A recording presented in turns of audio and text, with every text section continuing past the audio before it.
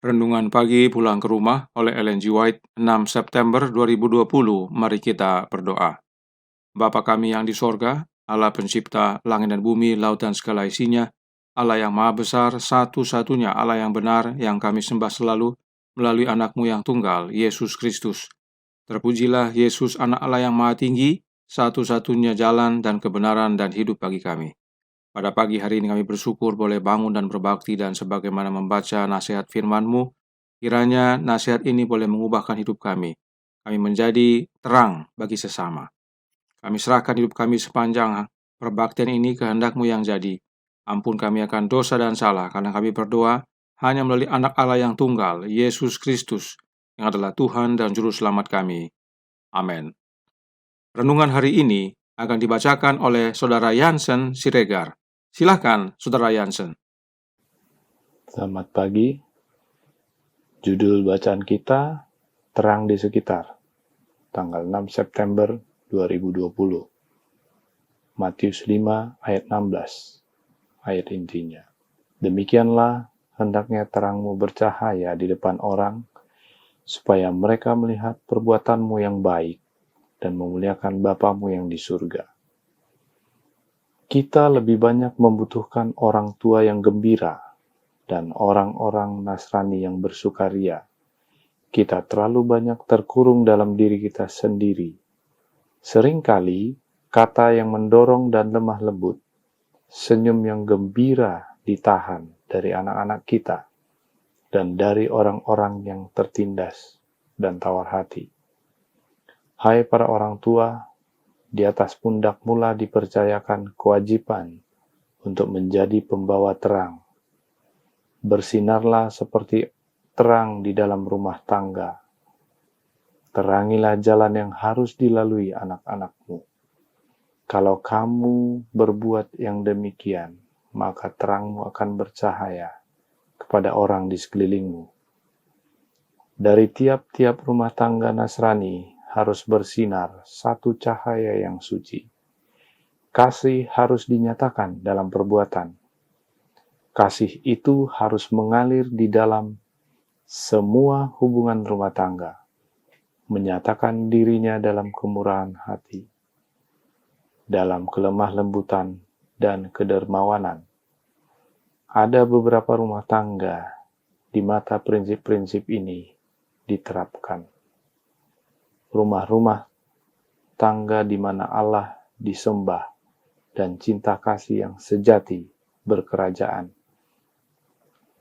Doa pada pagi dan petang dipersembahkan dari rumah tangga yang demikian kepada Allah sebagai bau-bauan yang harum, maka kemurahannya dan berkatnya turun atas orang-orang yang memohon seperti embun di pagi hari. Tugas pertama dari orang-orang Nasrani ialah untuk bersatu dalam keluarga. Kemudian, pekerjaan itu harus meluas sampai kepada tetangga-tetangga yang dekat maupun yang jauh. Mereka yang sudah menerima terang haruslah menyinarkan terang itu lebih bersinar lagi. Perkataan mereka yang harum semerbak bersama dengan kasih Kristus haruslah menjadi kelezatan kepada kehidupan. Makin erat persatuan para anggota keluarga di dalam rumah tangga mereka, maka pengaruh para bapa dan ibu serta anak-anak pria dan wanita ditinggikan, dan kegunaan pengaruh itu semakin meluas keluar rumah tangga. Kebahagiaan keluarga dan jemaat bergantung atas pengaruh rumah tangga.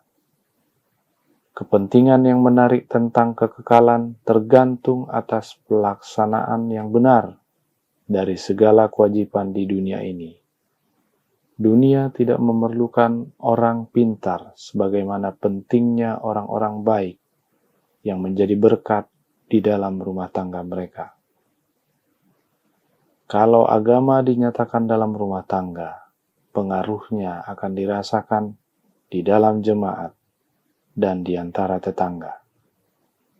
Kebenaran yang dihidupkan dalam rumah tangga membuat dirinya sendiri jadi nyata dalam usaha yang tidak mementingkan diri di mana-manapun.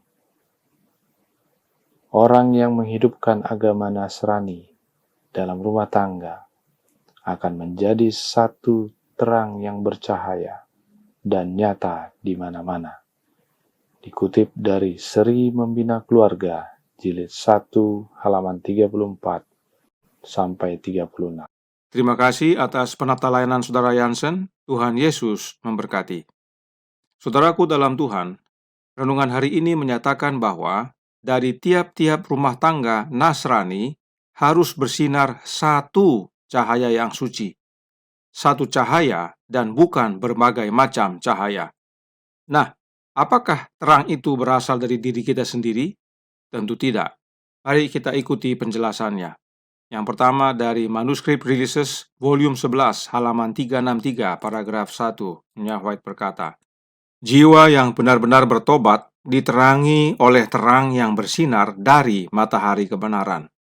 Kemudian dalam Bapa Kita Peduli halaman 155 paragraf 3 dikatakan, jalan sempit kesucian, jalan yang dihamparkan untuk dilalui umat tebusan Tuhan, disinari oleh Dia yang adalah terang dunia.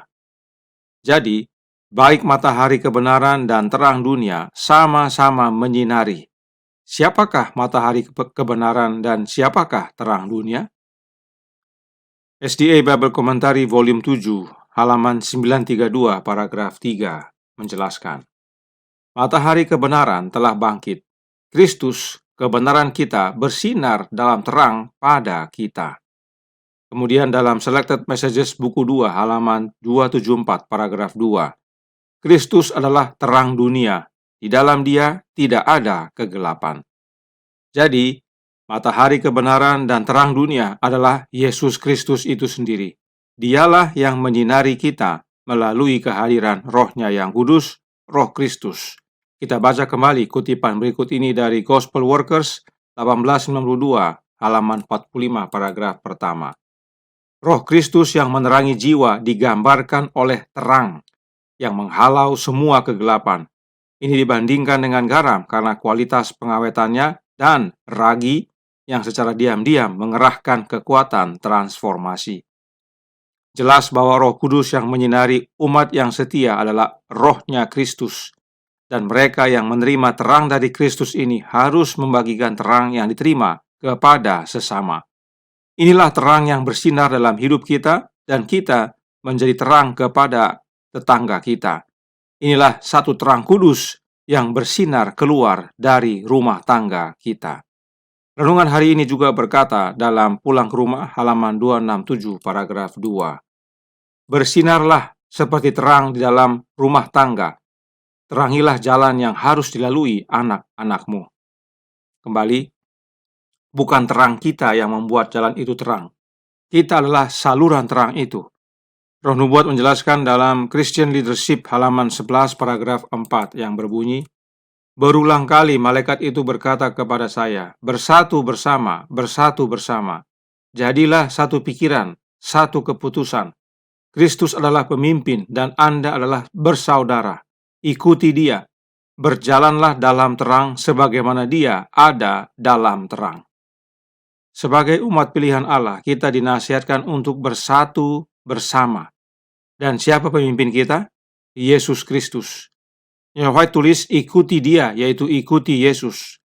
Berjalan dalam terang sebagaimana Yesus dalam terang. Dan Yesus berkata, akulah terang dunia, dan karenanya saat kita berjalan dalam terang, maka kita berjalan dalam Yesus. Dengan ini kita dapat menerangi jalan yang harus dilalui oleh anak-anak kita. Renungan hari ini juga berkata bahwa tugas pertama dari orang-orang Nasrani adalah bersatu dalam keluarga. Baru sesudah itu menjadi kesaksian bagi tetangga. Bagaimana caranya bersatu? Dengan menerima Kristus dalam rumah tangga. Karenanya, mari kita baca kembali kutipan yang kita baca kemarin. Kutipan yang baik sekali. Membina keluarga bahagia. Halaman 17 paragraf 7.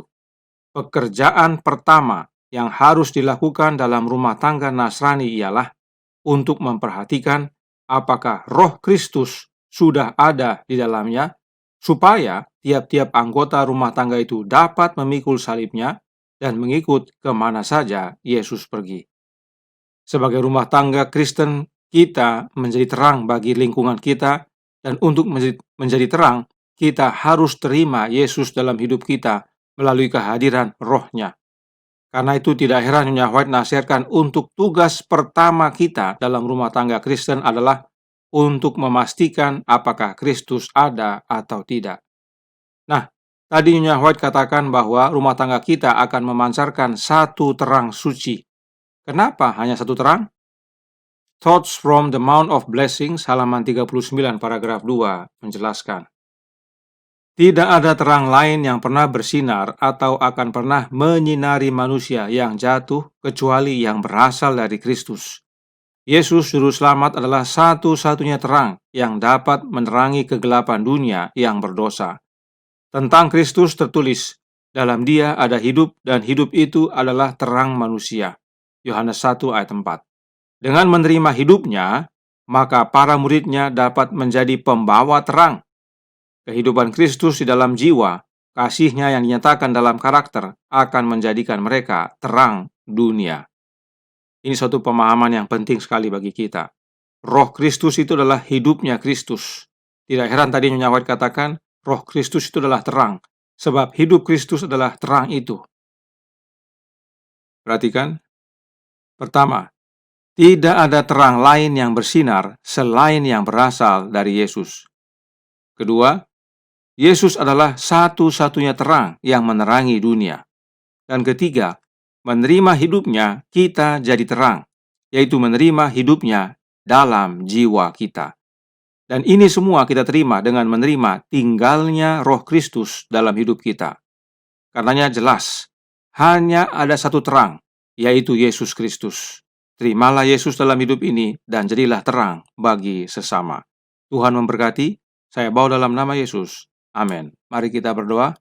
Bapa kami yang di sorga, Allah pencipta langit dan bumi, laut dan segala isinya, Allah yang maha besar, maha kuasa, sumber segalanya, yang kami sembah selalu melalui anak-Mu yang tunggal, Yesus Kristus. Terima kasih atas nasihat yang begitu baik bagi kami, agar kami menjadi saluran terang bagi sesama. Dan sumber terang itu adalah Yesus Kristus. Dengan kami menerima Roh-Nya, kami menjadi terang. Tuhan tolong kami agar masing-masing dengan sungguh-sungguh setiap hari selalu meminta kehadiran Kristus dalam hidup ini. Bersama kami ya Yesus sepanjang hari ini, jadikanlah kami terang-Mu, kehendak-Mu yang jadi, ampun kami akan dosa dan salah, karena kami berdoa hanya melalui anak Allah yang tunggal, Yesus Kristus yang adalah Tuhan dan Juru Selamat kami. Amin.